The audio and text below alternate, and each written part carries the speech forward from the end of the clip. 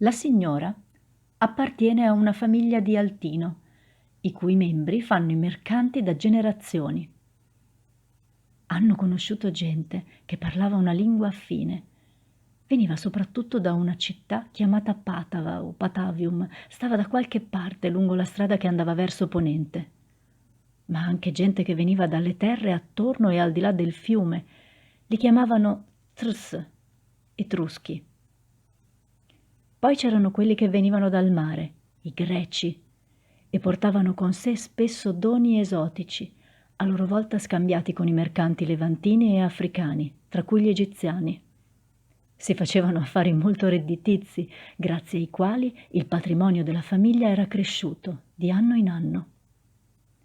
La signora riceve in dono l'anforetta azzurra, forse per le nozze, o forse come suggello di un buon affare che qualcuno in famiglia ha concluso.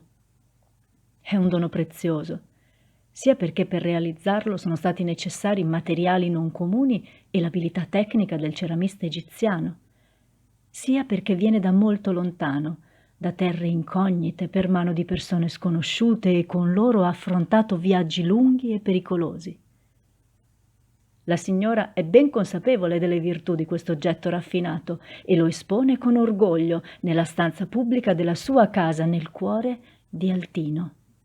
Tutti gli ospiti devono vedere quale lusso inconsueto la famiglia si può permettere grazie al proprio successo negli affari. Forse la signora lascerà in eredità l'anforetta egiziana alla figlia e la figlia a sua volta alla figlia.